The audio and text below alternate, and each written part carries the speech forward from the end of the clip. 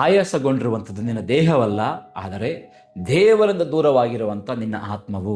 ಪ್ರಿಯ ದೇವರ ಸಭೆಯ 42ನೇ ಕೀರ್ತನೆ 1-2 ವಚನಗಳನ್ನ ನಾವು ಗಮನಿಸುವಾಗ ಭಕ್ತನಾಗಿರುವಂಥ ದಾವೀದನು ಈ ರೀತಿ ಹೇಳ್ತಿದ್ದಾನೆ. ಕೀರ್ತನಗಾರರಂತ, ದೇವರೇ, ಬಾಯಾರಿದ ಜಿಂಕೆಯು ನೀರಿನ ತೊರೆಗಳನ್ನು ಹೇಗೋ ಹಾಗೆಯೇ ನನ್ನ ಮನವು ನಿನ್ನನ್ನು ಬಯಸುತ್ತದೆ.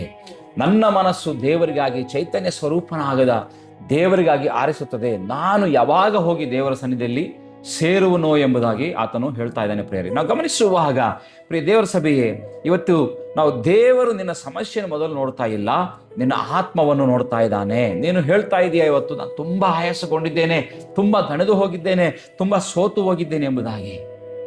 ಆದರೆ ದೇವರು ಹೇಳ್ತಾ ಇದ್ದಾನೆ, ನಿನ್ನ ದೇಹಕ್ಕಿಂತ ಮೊದಲು ನಿನ್ನ ಆತ್ಮವೇ ಆಯಾಸಗೊಂಡಿದೆ, ಈ ಸತ್ಯವನ್ನು ಗ್ರಹಿಸ್ಕೋ ಎಂಬುದಾಗಿ.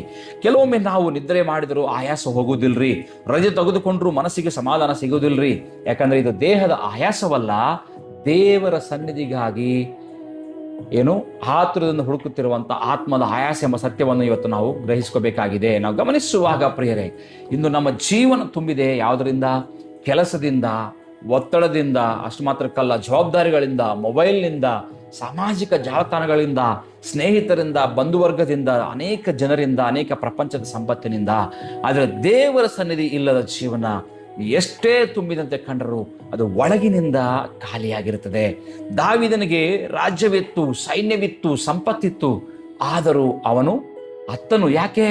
ನನ್ನ ಆತ್ಮವು ದೇವರಿಗೆ ಬಾಯಾರಿಕೆ ಆಗಿದೆ ಎಂಬುದಾಗಿ, ದೇವರಿಗೋಸ್ಕರ ಎಂಬುದಾಗಿ ಆತನು ಹೇಳ್ತದೆ. ಯಾಕಂದ್ರೆ ದೇವರ ಸ್ಥಾನವನ್ನು ಈ ಲೋಕದಲ್ಲಿ ಯಾವುದು ತುಂಬಲಿಕ್ಕೆ ಸಾಧ್ಯವಿಲ್ಲ. ಪ್ರೇರ ಮತ್ತೆ ಹೇಳ್ತಿದ್ದೇನೆ, ದೇವರ ಸ್ಥಾನವನ್ನು ಈ ಲೋಕದಲ್ಲಿ ಯಾವುದು ತುಂಬಲಿಕ್ಕೆ ಸಾಧ್ಯವಿಲ್ಲ. ಇನ್ನು ಅನೇಕರು ನಗ್ತಾ ಇದ್ದಾರೆ, ಆದರೆ ಅವರ ನಗುವಿನ ಹಿಂದೆ ಮುರಿದ ಆತ್ಮವಿದೆ. ಅನೇಕರು ಪ್ರಾರ್ಥನೆ ಮಾಡ್ತಾ ಇದ್ದಾರೆ, ಆದರೆ ಅವರ ದೇವರ ಧ್ವನಿಯನ್ನು ಕೇಳಲಿಕ್ಕೆ ಆಗ್ತಾ ಇಲ್ಲ. ಅನೇಕರು ಸಭೆಗೆ ಬರ್ತಾ ಇದ್ದಾರೆ, ಆದರೆ ದೇವರ ಸನ್ನಿಧಿಯಲ್ಲಿ ಅವರು ಬದುಕ್ತಾ ಇಲ್ಲ. ಆದ್ದರಿಂದ ಹೃದಯದಲ್ಲಿ ವಿವರಿಸಲಾಗದ ಖಾಲಿತನ, ಒಂದು ಭಾರ, ಒಂದು ಆಯಾಸ. ಆ ಖಾಲಿತನವನ್ನು ಹಣ ತುಂಬಲಿಕ್ಕೆ ಸಾಧ್ಯವಿಲ್ಲ, ಸಂಬಂಧಗಳು ತುಂಬಲಿಕ್ಕೆ ಸಾಧ್ಯವಿಲ್ಲ, ಯಶಸ್ಸು ಕೂಡ ತುಂಬಲಿಕ್ಕೆ ಸಾಧ್ಯವಿಲ್ಲ. ಆ ಖಾಲಿತನವನ್ನು ತುಂಬಬಲ್ಲವನ್ನು ಕೇವಲ ನನ್ನ ಯೇಸು ಮಾತ್ರ.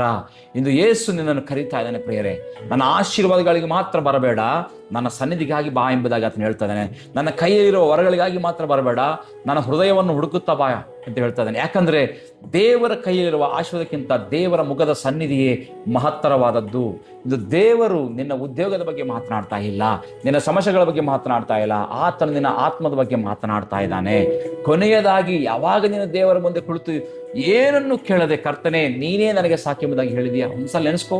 ನಮ್ಮ ಪ್ರಾರ್ಥನೆಗಳಲ್ಲಿ ಬೇಡಿಕೆಗಳು ತುಂಬಿವೆ, ಆದರೆ ದೇವರಿಗಾಗಿ ಬಾಯಾರಿಕೆ ಇವತ್ತು ನಾವು ಗ್ರಹಿಸಿಕೊಳ್ಳೋಣ. ದೇವರ ಸನ್ನಿಧಿಯ ಕಳೆದುಕೊಳ್ಳುವುದು ಜೀವನದ ದೊಡ್ಡ